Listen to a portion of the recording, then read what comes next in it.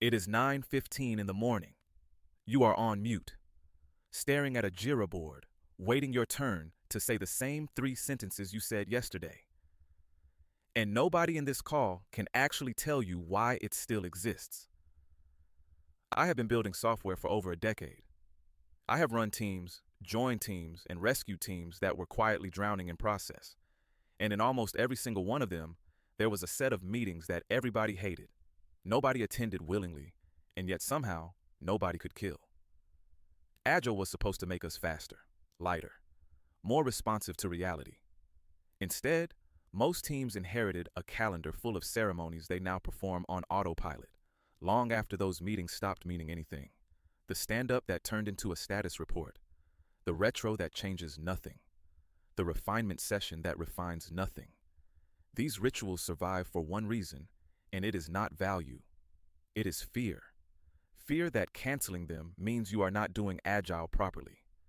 Fear that the 1 week you skip is the exact week it all falls apart. So today, I am naming 6 of them. The ceremonies nobody is brave enough to cancel. Let's start with the one you sat through this morning. The daily stand-up. In theory, it is 15 minutes for the team to sync, unblock each other, and get on with the day. In practice, it is a status report performed for a manager who could have read the Jira board. You know the format. Yesterday I did this. Today I will do that. No blockers. 3 sentences, delivered to a room that is not really listening, because everybody is mentally rehearsing their own 3 sentences. Here is the tell. Look at who the stand-up is actually for. If people are reporting up to the person running it, rather than talking across to each other, it stopped being a stand-up and became a roll call. And here is the part nobody admits. The blockers that actually matter never come up. Nobody wants to expose that they are stuck in front of the whole team and the manager. They message you privately afterwards. So the one meeting that exists to surface blockers is the one place blockers never get surfaced. And still, it happens every single morning, at the exact time your brain was finally getting into flow. 15 minutes on the invite, 30 in practice, and a context switch that cost you the whole first hour of your day. Here is the next one, and it is a graveyard with a recurring calendar invite. Backlog refinement, sometimes called grooming, which is somehow worse. The idea is sound. Take the vague tickets near the top of the backlog and make them ready. Add detail, acceptance criteria, a rough estimate.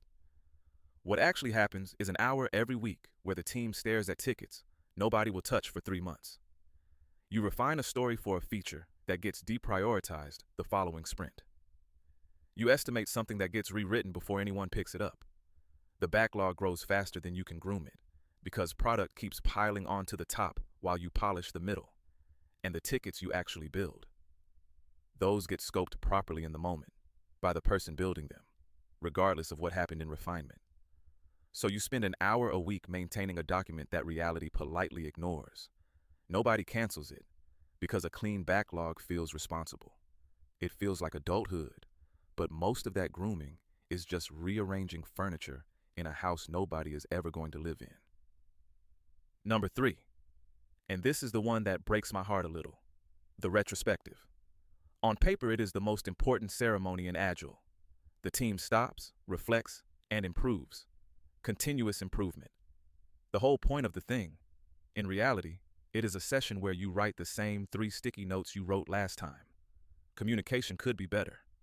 Testing felt rushed. Too many meetings, which is a beautiful irony to raise inside a meeting. Everybody nods, somebody adds an action item, and then nothing happens, because the things that actually need fixing are not in the team's control.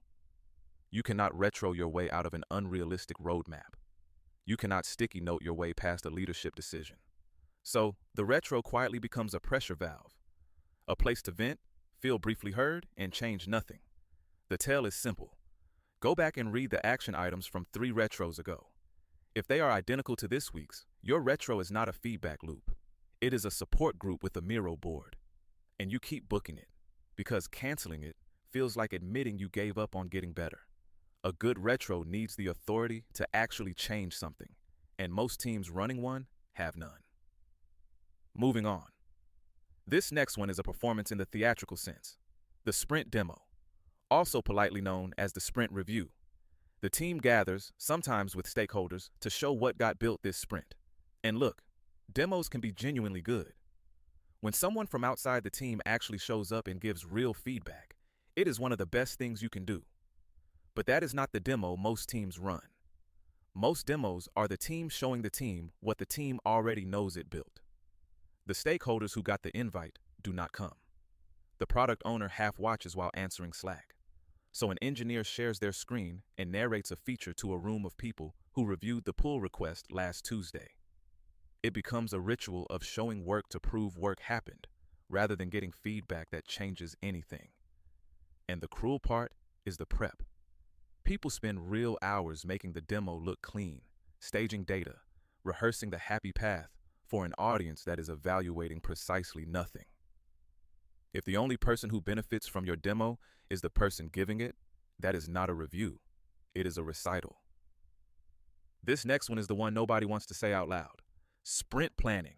The meeting where the team solemnly commits to a body of work for the next 2 weeks. It sounds essential. And in a stable environment, it genuinely would be. But most teams are not stable.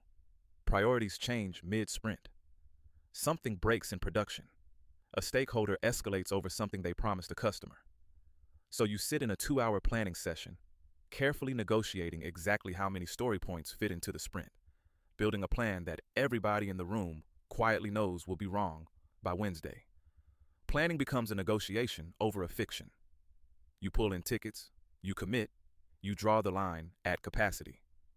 And then the sprint starts, and reality does what reality does. The plan gets shredded, the board descends into chaos, and next fortnight, you sit down and run the exact same ceremony again, with the exact same confidence. Planning is not useless. A quick, shared sense of direction is worth having. But a 2-hour ritual pretending you can predict a chaotic 2 weeks at a fast-moving company. That is not planning. That is group fiction with a burned-down chart. And finally, the ceremony that has launched 1,000 arguments. Estimation. Planning poker. Story points. The Fibonacci sequence applied to human effort. The team gathers, someone reads a ticket aloud, and everybody holds up a number that supposedly captures complexity without being time. Except, everyone is secretly thinking in days anyway. You argue about whether something is a 3 or a 5. You reach a hard-won consensus on a number that is fundamentally made up. And then that number gets rolled into a velocity metric that a manager somewhere uses to decide whether the team is fast enough. That is the quiet horror of it. A ritual that was invented to protect engineers from being pinned to deadlines has become the precise mechanism for pinning them to deadlines. The estimate becomes a commitment. The commitment becomes a stick. And the accuracy of the whole exercise is roughly the same as reading tea leaves. We know this. We have known it for years. And still, we sit in the planning poker session, arguing about whether a login page is a 5 or an 8, as if the universe is keeping score. Nobody cancels it, because velocity is the number that makes the spreadsheet upstairs feel safe. So here is the actual takeaway. None of these ceremonies are evil. Every single one of them was invented to solve a real problem. The issue is that we kept performing them long after the problem changed, because the ritual felt safer than the silence. Agile was never supposed to be a fixed calendar of meetings. It was supposed to be a habit of asking whether what you are doing still works and stopping the things that do not. The bravest thing a team can do is cancel a ceremony, run a few sprints without it, and see if anyone actually misses it. Most of the time, nobody does. If a meeting cannot survive being questioned, it was never really serving you. It was just serving the fear of not doing Agile properly. So question every one of them. Kill the ones that are dead. Keep the ones that still breathe. If you just recognized your entire sprint calendar in this video, you already know what to do. Subscribe, and maybe forward this to whoever owns your team's Jira board. Gently.